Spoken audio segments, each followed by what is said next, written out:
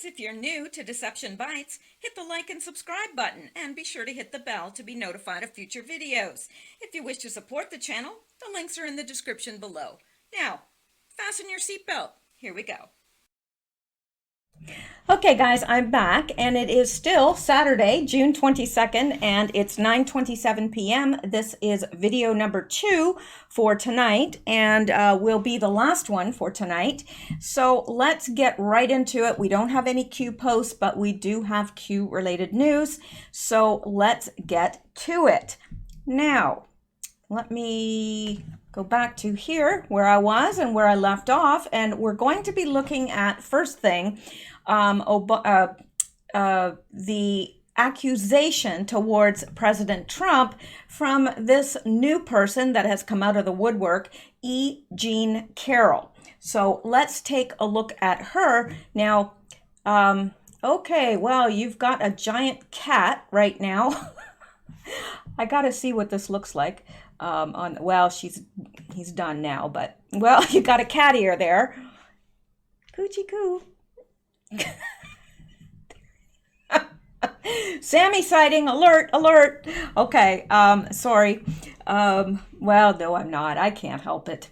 And I can't shut him in another room because, yeah, there's no way I'd be able to record because he would be howling like crazy. So I'll let him get settled here, and I think he's settled now. So let's begin. All right. Okay. Now, let's take a look at this blessing. Jean Carroll won't try to press charges, says that would be disrespectful to border rape victims. Okay. Does everybody want to do a collective eye roll? It'll make us all feel better. Just, okay, on the count of 3. 1, 2, 3. Okay. Am I right? Am I right? Makes you feel better. It does. Jean Carroll said in a bizarre MSNBC interview Friday that she will not try to press any charges against President Donald Trump for her supposed rape, for which no video evidence exists. Carroll, vague on details about her alleged assault, said that pressing charges would be disrespectful to the women on the border who are raped and have very little to protect them. Am I missing something here? Is it just me? Anyway, this is an issue that President Donald Trump has routinely stressed in his bid to secure the southern border from human traffickers. Let's see here, Jean Carroll, who offers an accusation that President Donald Trump attacked her with no video evidence, has praised Hillary Clinton and called herself a radical feminist in the same interview. Carroll notably did not make her accusations against Trump during the 2016 election or the first 2 years of Trump's presidency. President Trump responded to the New York Magazine accusation regarding the story by Jean Carroll, and that's exactly what it is, a story, claiming she once encountered me at Bergdorf Goodman 23 years ago. I've never met this person in my life. She is trying to sell a new book that should indicate her motivation. It should be sold in the fiction section. Shame on those who make up false story of assault to get publicity for themselves or sell a book or carry out a political agenda like Julie Swetnick, who falsely accused Justice Brett Kavanaugh. It's just as bad for people to believe it, particularly when there is zero evidence. Worse still, for a dying publication to try to prop itself up by peddling fake news. It's an epidemic, and it is. Sorry, I was just making sure that no cords were being chewed. Because I don't want any cords harmed in the making of this video. All right. Ms. Carroll and New York Magazine, no pictures, no surveillance, no videos, no reports, no sales attendants around. I would like to thank Bergdorf Goodman for confirming they have no video footage of such incident because it never happened.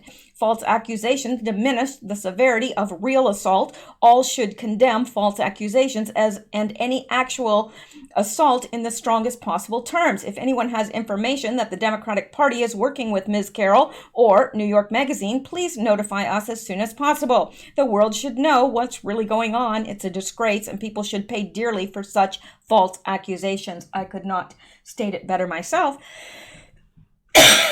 Excuse me. All right. So, a little suspicious. Why? Because she waits, actually, it's more than 23 years.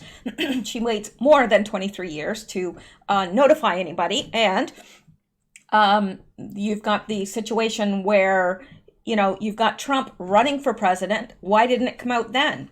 Then he's been president for 2 years. Why didn't it come out then?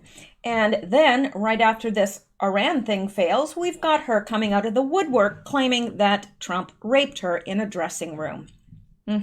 Well, personally, I think that he could have afforded a hotel. New President Trump responds to sexual assault allegations by E. Jean Carroll, saying, "I've never met this person in my life."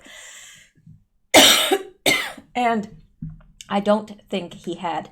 Carroll weighed in on Amal Clooney taking George Clooney's name in 2014, saying, "Jesus, what woman would not take George Clooney's name? I've been married several times. I've never taken a man's name in my life, but I would never tell Amal what to do. I'm a radical feminist. And it doesn't bother me at all. Look at Michelle Obama. Look at Hillary Clinton," she says. "There's a million things that keep women down, earning only 78% of what men earn, for example, but changing your name is not one of them."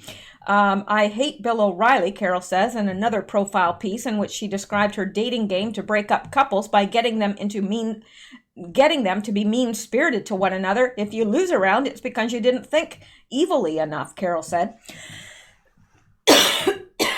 I don't know why this cough comes out of the woodwork when I start to record, but it does. And please excuse me.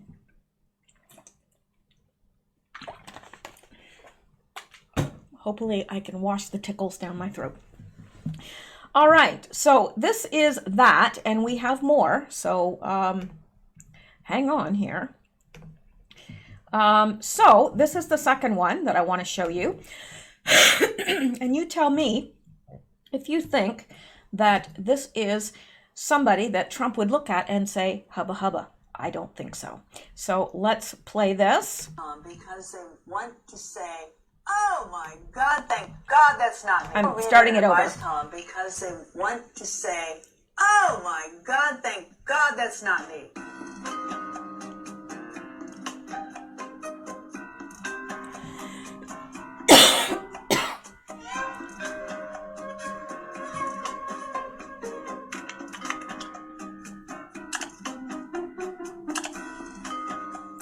I like to stay up late, I like to sleep late, and I like to live like 90 in between. I get up around noon, and I stagger outside out this door, and I throw open my arms, and I thank God I don't have children.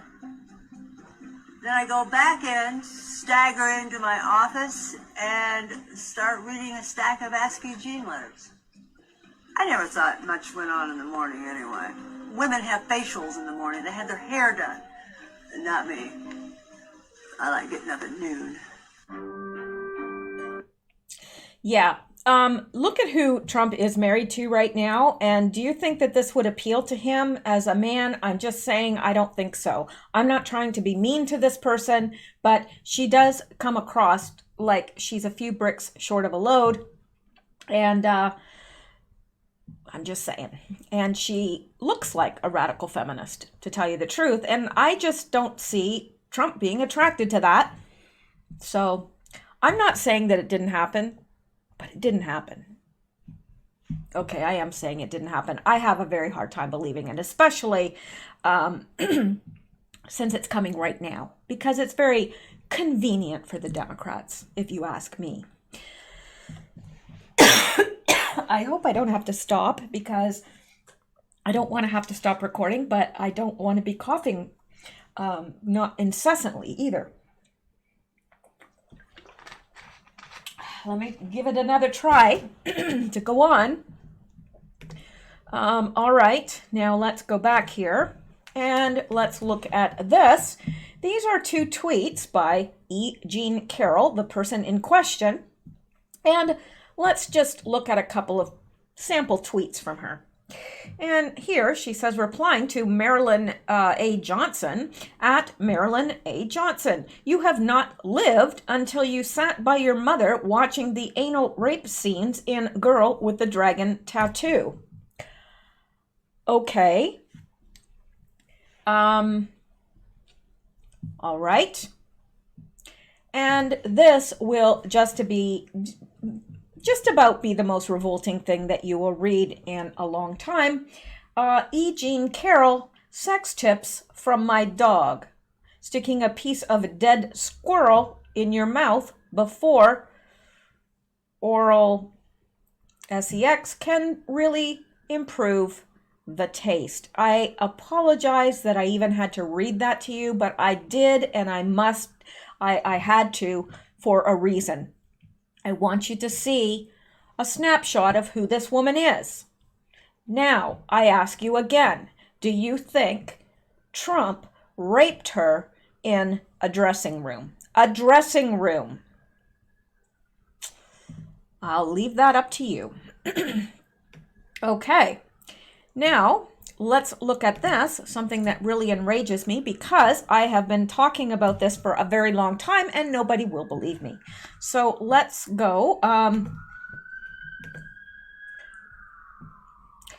ambulance or a fire. I think it was an ambulance going by. That's what you heard in the background there. Only 8 days. Okay, that's not what I mean to read. I mean to read this. 30. Okay, I can tell you there's a lot more than 30. Euthanasia victims in Canada have had their organs harvested since 2016. Now, I know for a fact because it happened, okay, my stepfather's former wife died there. My brother died there. Both were murdered. I call it murder because they did not consent to be taken off of life support. And actually, my stepfather's wife had cancer and she needed dialysis, and they said no. And she said, but without dialysis, I'll die. And they said, that's right. With my brother, he was perfectly, they told us he was brain dead. I don't believe that because when his best friend walked in the room, he started to cry. He would, when they were scrubbing the electrodes, when they took them off his head and they were scrubbing, he was making grimacing sounds and faces, and obviously was feeling pain. And maybe he was brain dead, but the family was not ready at that time and did not consent, but it didn't seem to matter because they get together with a board and they say, nope, he's going to die. So they took him off life support and he was still breathing on his own, very well, in fact, and would have lived because he was breathing perfectly fine on his own without life support, but they gave him an overdose of morphine, which then killed him. So yeah, this happens all the time. And people do not want to believe me. I've been saying this for years and years and years because I have countless people that I know personally. My best friend here in Canada, she has had 2 members of her family in which that has happened. And she's worked for the provincial police all her life. I just don't think she's going to lie about that. So anyway, I know that this is going on. People do not want to believe it unless it's happened to them or their family. They don't want to believe it. They think that, you're making it up. And I've tried to warn people in the United States, you want universal health care? This is what you're going to get. And when you get old, they're going to say, no, we're not going to treat you because there's younger people that need this medicine worse. And your life's over. You've had a good life. See you later. That's how it goes. Ottawa, June 21st, 2019. Organs are being harvested from some people who have been euthanized in Canada, creating an ethical situation that some critics say amount to a conflict of interest. Well, I'll say so.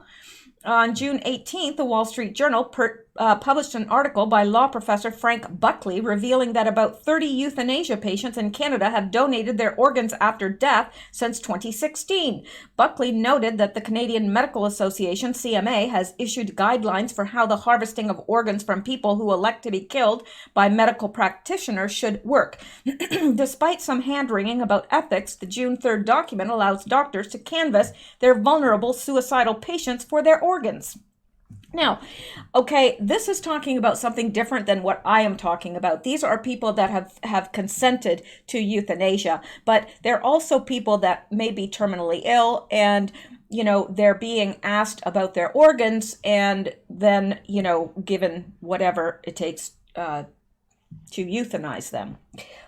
Yes, just like animals, they're euthanized, and but there are many other people who do not consent to be euthanized that are, because the hospital thinks that it's in everyone's best interest. It's in their best interest. That's who it's in the best interest of. Yeah, be careful if you have to go to the hospital in Canada and you've signed an organ donor card. Really. Really. Buckley noted that the Canadian Medical Association has issued guidelines for how the harvesting of organs from people who elect to be killed by medical practitioners should work. Despite some hand-wringing about ethics, the June 3rd document allows doctors to canvass their vulnerable... Okay, I just read that. The grim document, this is a very touchy subject for me personally, and it's not even one I like to get into because... I'd like to think that all the anger and the bitterness is gone from my life, and I pray that at some point it will be, but I'm not there yet. I'm just not there yet. The death of my brother is still fairly fresh, and I've known so many other people that have been really murdered. They didn't want to die. They were forced. And if they had signed donor cards, then their organs are taken. So it would be interesting to see if the people that are, murdered, if they are the ones that have signed donor cards. It would be interesting to see that. I don't know how such a study could be done, but it would be interesting nonetheless. Now, I'm not going to go further here because there's a whole lot of very unethical things that happen in Canadian medicine. Now, I don't know. For me, it's all happened at one hospital. Everyone that I personally know, it's happened at one hospital. Do other hospitals in Canada do this? I would assume so, but I don't absolutely positively know, because all of my experience has been limited to one hospital. It's a teaching hospital and it's a large hospital. So I don't know. But anyway, let's go on from there. And because I don't want to get myself all upset, it's too late. Okay, let's look at this. No, really, let's. Confirmed. This by the Gateway Pundit. This little chubby lady just keeps showing up in all of these ads. I'm not sure why. Confirmed. Study finds 92% of left-wing loser activists live at home with mommy and daddy. Well, that should surprise no one. What a complete surprise. A new study in Berlin found that 92% of loser left-wing protesters were living with mommy and daddy. 1 in 3 are unemployed. And according to the study, around 80% of the victims were police officers. Another 15% of the victims were right-wing activists. The Daily Mail reported the vast majority of left-wing protesters arrested on suspicion of politically fueled offenses in Berlin are young men who live with their parents, a new report found. The figures, which were published in daily newspaper Bild, revealed that 873 suspects were investigated by authorities between 2003 and 2013. Of these, 84% were men and 72% were aged between 18 and 29. More than half of the arrests were made in the Berlin districts of Friedrichshain and Kreuzberg and Mitte. I'm not sure if that's how you pronounce that. Mostly during demonstrations. A third of them were unemployed and 92% of them live with their parents. The figures published in the Berlin newspaper said of the offenses committed against a person in 4 out of 5 cases, the victims were police officers. The 15% of these cases, the victims were right-wing activists. So there you go. I guess 92% of left-wing activists live at home with mom and dad. I guess that's how they afford to do all that activity. I guess they don't have jobs, most of them, and they live at home. There you go. Now, I'm not saying anything about, there are people that are forced into situations. There's a lot of adult children that are coming back to live with parents, and that's because of the situation. These are people that have jobs and everything else, but could be because of a divorce. It could be because of a financial situation. They are having to move back home because it is so dang expensive for people to live. And you and I both know that to be true. So I'm not necessarily putting down anybody that is forced into a situation of moving home with mom and dad, but these people, I don't think that that's really the problem. I think it's they've never left home because they don't have jobs. All right, let's go back. And let's briefly touch on this from Ontario. And another gobsmacking article. Ontario Foster Children's Services reject couple for professing Christianity. Now, I'd like to say that this is surprising to me, but it's not. This has been going on for a very long time. It's just that it's now coming out. But I remember actually, when I worked for the police, I remember them going to my staff sergeant and complaining because they said, "Did you know that she goes to church?"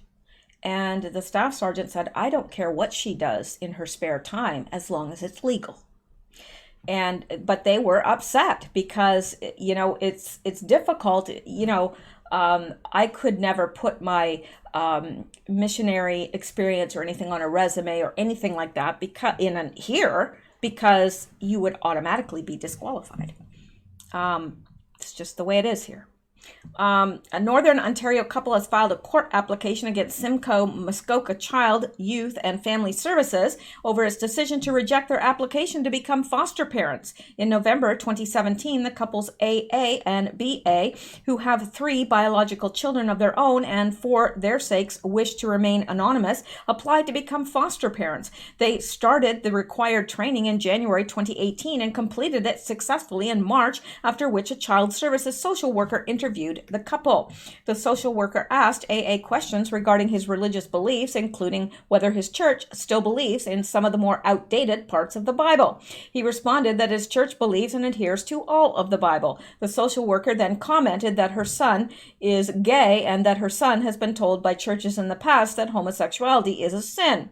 AA explained that although the Bible does identify homosexual behavior as sinful, he believes all people are created in the image of God and are worthy of respect, dignity, and honor. He further explained that in accordance with his beliefs, he and his wife would provide any child in their care with unconditional love, respect, and compassion, and would vigorously defend all their children from harassment and bullying. The couple heard nothing from Child Services for the next 6 months. Then, on October 24th, 2018, they received a letter from Child Services communicating its decision to dismiss their application to foster. The letter stated, "We feel that the policies of our agency do not appear to fit with your values and beliefs, and therefore we will be unable to move forward with an approval for your family as a resource home." On the morning of October 5th, AA phoned their social worker and asked for clarification about which values and beliefs had disqualified him and his wife. The social worker responded that Child Services' anti-oppressive policy conflicted with the couple's opinion about homosexual behavior. He reiterated the couple's commitment to treating any child in their care with unconditional love, respect, and compassion, regardless of their sexuality, gender, or anything else, but the social worker did not offer any recourse. The Justice Center sent Child Services a letter in January 2019 explaining that Child Services unlawfully dismissed the couple's application, not due to any legitimate deficiency in their qualifications, but due solely to Child Services' prejudice and bias against the religious belief of the couple. The letter requested that Child Services reopen the couple's application to foster and properly process their application to become foster parents in a non-discriminatory manner. Child Services eventually communicated that it would not reconsider the matter and said that its decision was final. The couple seeks a declaration from the court that Child Services unreasonably rejected their application to foster children, and a declaration that in rejecting application to foster children, Child Services unreasonably impaired their freedom of religion and conscience, and their freedom of thought, belief, and opinion of contrary to sections 2A and 2B of the Charter, the couple further seeks an order directing Child Services to include the court's ruling on this matter in any relevant correspondence with other foster and adoption agencies.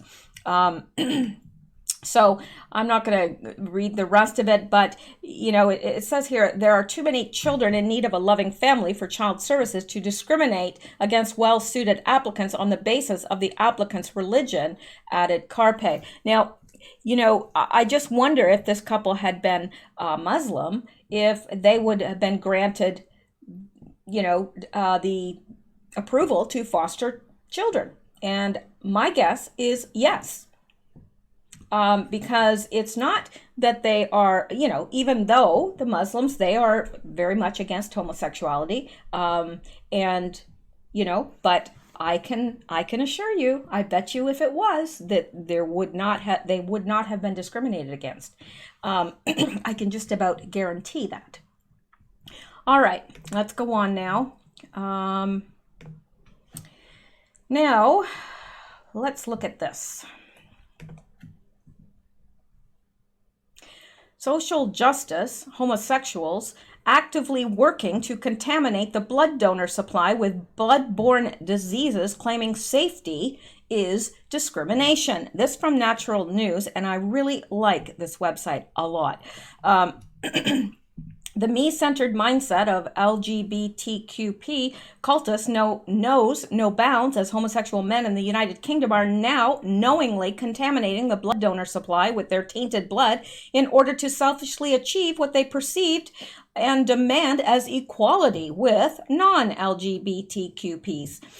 Even though UK law prohibits sodomites from donating blood if they've had sexual relations with other men in the past 3 months, the purpose of this being to protect vulnerable patients from contracting sexually transmitted diseases, some self-worshipping gays are reportedly lying on medical forms and donating their blood anyway because tolerance and love. These selfish individuals are intentionally polluting UK blood banks with dirty blood, say they are doing it in order to fight discrimination and homophobia. Meanwhile, patients in need of clean blood are now being forcibly exposed to contaminants that could make them even more ill or possibly kill them. When a gay man is giving blood, they have to tick a box to say that they have complied with these rules, but we have found that some are lying on that form, warns Victoria Derbyshire, an investigative journalist who recently aired a segment on her morning news program about how LGBTQPs are putting the entire population at risk because of their extreme selfishness.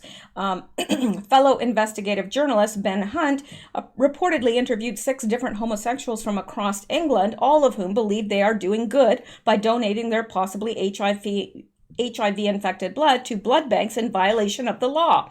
One of them apparently admitted that he became triggered when he first heard about the rules for donating blood, prompting him to rush out and donate his tainted blood for social justice. That is alarming. It's alarming because you would think if they were sick, they would not, under any circumstance, want to pass that on to anyone. But they said being safe is discriminatory. Interesting. That is something to keep in mind if you are needing blood. I grew up in a family who gave blood regularly and instilled in me that it was the right thing to do. This anonymous individual, whom the media is referring to as David, told Hunt, "I did it before I started having sex with men, and I carried on doing it afterwards because for me it was the right thing to do." According to David, his homosexual lifestyle is safer than that of the heterosexual couples he knows, so in his own mind, he's fully justified in breaking the law by donating tainted blood to blood banks. "I don't see why I should be denied the right to help fellow people," David told Hunt, whining about the deep homophobia that prevents promiscuous gays from forcing their questionable blood supply on people who do not pursue gay lifestyles. Another homosexual interviewed as part of the investigation, whom reports have dubbed as Ryan, revealed that he's been illegally donating his blood to blood banks for more than 10 years because it's not nice, almost, to be discriminated against. Just like David, Ryan has somehow justified his perverse behavior in his own mind by convincing himself that what he's doing is moral because you are helping somebody. Well, thank you. I don't want that help if it gives me AIDS. I'm just saying. If I needed blood, I would not find that helpful to get AIDS. I'm just saying. I wouldn't find it helpful. So it's time to face the facts. Some homosexuals care only about themselves, even if they place others at risk of infections. What these full-fledged narcissists refuse to acknowledge, however, is the fact that the rules exist for a reason, to protect patients. But like most social justice warriors, when David and Ryan don't get what they demand, even when there is a very good medical reason behind the restrictions, they proceed to do what they want regardless in order to fight discrimination and homophobia. The main reason why blood banks don't accept homosexual blood, explains Sue Brailsford from the National Health Service Blood and Transplant Department, is that vulnerable patients are the ones receiving it. The guidelines are there for a reason.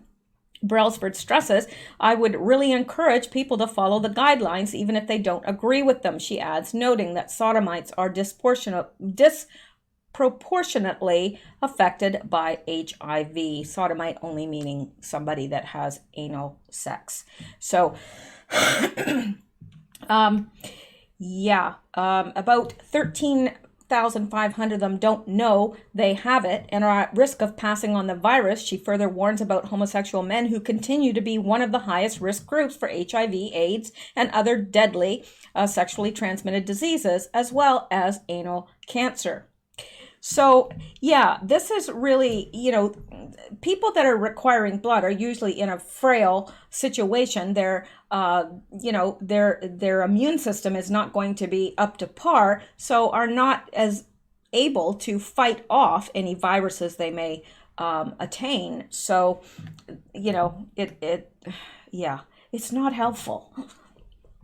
Anyway, let's go on now because there's more. I know. You're saying no way, but there's more. And this is going to be, okay, if I said anything else was gobsmacking, all else pales in comparison to what I am about to read you. Now, this could get me in a lot of trouble, so I may have to do a little bit of coding, you know what I mean, saying things in a coded way. This is not a safe topic by any stretch of the mind or imagination. But if you wish to read about this, this site has done a very good job. Now, I am assuming that this is a good site. I have read through several things here, and it seems to be, but if any of you know differently, let me know. It's called fellowshipoftheminds.com. Okay. How we know New Zealand, MOSQUE, video is a C period G period I period fake.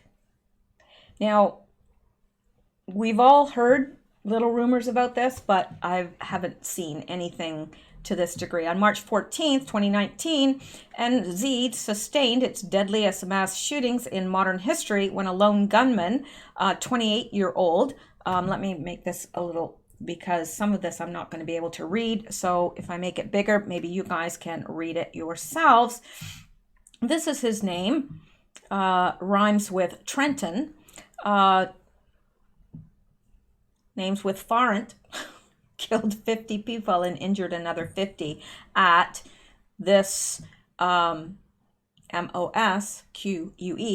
and the Linwood Eye Center in NZ. The media immediately identified this person as the most noxious of all monsters, an alt-right affiliated white, this word right here. If I put the link to this, they're going to disallow the video, and I can't read it, or they're going to disallow the video. So I'm showing you this, and I'm saying that they have very, very good information. So this is what I'm going to suggest you do, because I don't really want to lose my posting privileges on YouTube. And I am trying to be, proactive about that and try to be as careful as I can while still giving you the information that I feel that I need to get out there. But I would suggest, if you would like to read about this, because you will be gobsmacked. Seriously. I mean, they have stills from the video that sent somebody to prison. Because they went to prison for, I'm not sure how long, but it was a long time, just for sharing the video. Well, they have still shots from it that show the inconsistencies, and they have a lot of information here. It's fellowshipoftheminds.com, fellowshipoftheminds.com. And if you go to, I'm not sure what this is under, to tell you the truth. There may be a search on here, I'm not sure.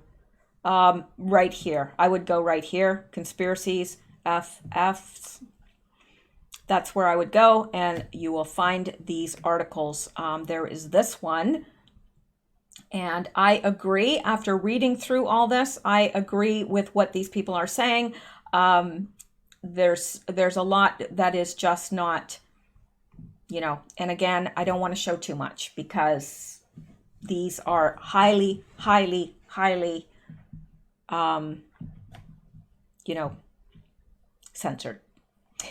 Now, that's what I would suggest you do, because I think this information needs to get out there, but it'll be a moot point if the video gets taken down and my channel gets taken down, then I'm not able to communicate with anyone about anything. So this is what I would suggest you do. You go to that site yourself and read what is there.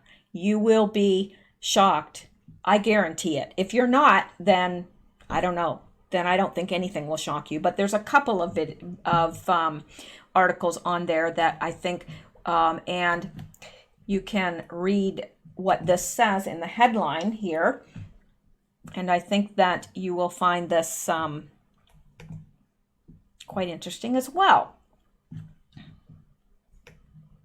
Same site, NZ, shooting, hero, caught, texting in, and you can read that for yourself right here.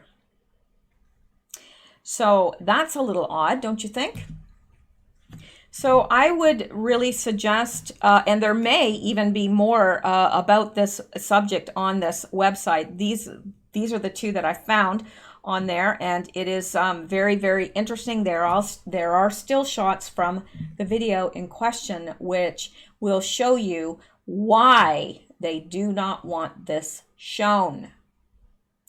So, without me losing any privileges here, I am going to suggest that you go there yourselves. Make sure you are using a virtual, unless you just don't care, or go to DuckDuckGo. That is a little bit more, a little safer than Google anyway, to look at this stuff, because yeah, you just be careful. You know why? They're watching us all, especially those on the right and those that support Trump. They are watching us, I guarantee it. So let's go back here, and I really do hope that you look that up and make a comment on it, what you found. But please be careful in the comments. I beg you, be careful. If you have to put things in code, I always get it. I see some of you put things in code. I always get what you're saying. So don't think, oh, well, she's not going to understand what I'm trying to tell her. No, I will. Trust me, I will. So yeah, just be careful. All right, let's look at this. Got a couple more things to cover, and then I'm going to go because it is getting late and have to get up at the crack of stupid.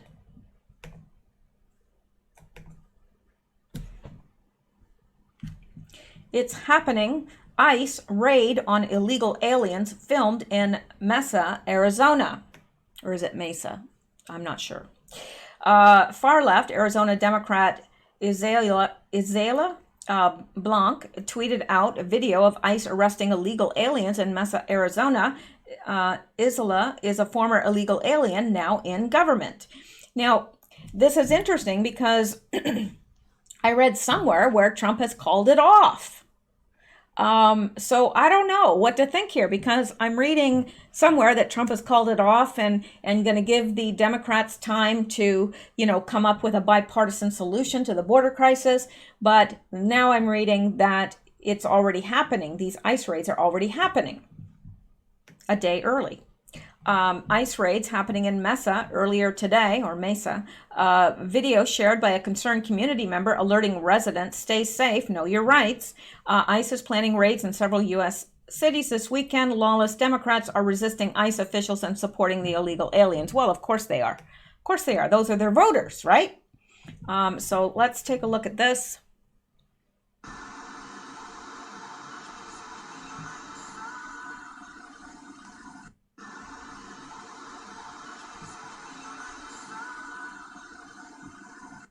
So anyway, that's that. Doesn't look like anything too gobsmacking, but yeah, I don't know. What are you seeing in your communities? Are you seeing anything unusual? Let us know in the comments below, because like I've said, you are our eyes and ears and we are the news. So if we don't keep each other informed, we won't know. And you guys, there's only one of me, but there's a lot of you guys, and you're spread all out, all over the United States and even in some other countries, which helps us as well. If you see things that are happening in your country that you think we might not know about, let me know, please, because I want to cover it. Again, we're not going to get our news from the mainstream media anymore. We can't, because we don't know what to believe. There may be a kernel of truth in some of what they say, but it's so twisted and biased that we cannot, rely on it. So we have to rely on ourselves. And if we band together like this and let each other know, we can get it out. So there you go. Let me know if you see anything untoward in your community. Let us know. Are they in fact arresting immigrants? Are they arresting other people? What's happening? So, and let's go on here. I think this is important, if I'm not mistaken. Oh yeah, this is interesting. David Rockefeller's second daughter, Margaret Delaney, Peggy Rockefeller, and Facebook's Mark Zuckerberg are similar. And when she morphs the two people together, you can see there is a similarity there. Like if we stop it here, it looks like Mark Zuckerberg, but over here, hang on here, it's morphing into Mark Zuckerberg here, and then it's morphing back to her. They are very similar, if you ask me. They look a lot alike. They really do. So, I don't know. But it has been stated by some in the conspiracy community that he is a Rockefeller.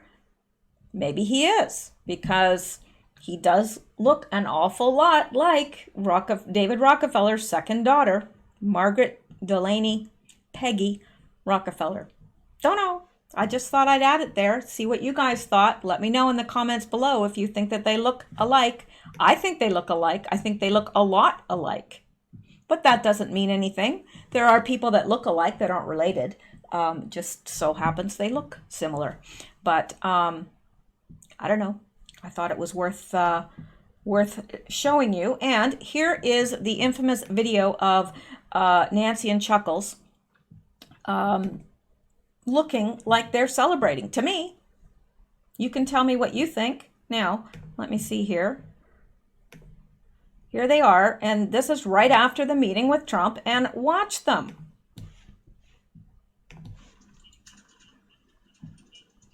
Chuck's doing this.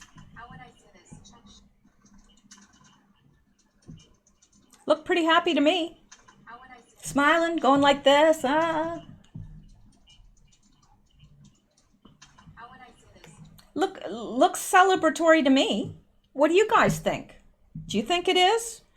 Do you think that we're making something of nothing, or do you think that they looked pretty darn happy? I mean, he's got a smile all over his face, and so does Nancy. Why? They just finished meeting with Trump, who they despise. Why are they smiling? Well, I think because they've just been told that they've ordered a strike on Iran. And they're happy about that. Oh, good, people are going to get killed. Yay, goody, goody.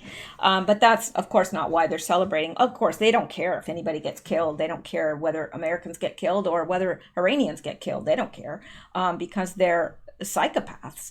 But what they care about is the fact that if Trump starts a war, it's not going to go well for him, and he will probably lose the 2020 election. And that's what they are banking on.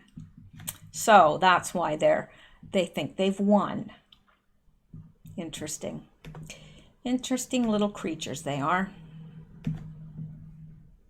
Now, let me see here. I think I'm going to stop there. I mean, I do have a few more things, but I'm going to stop there because it's been a long night and this is 2 videos, and I think that we've got enough information in there for tonight, and I will be back tomorrow with more. Assuming that there is news to bring you, I will be bringing it to you. So there you go, and I'm going to call it an evening, and you guys have a great night. Sleep well, stay safe, and keep seeking truth because, well, you know it, deception bites. Good night.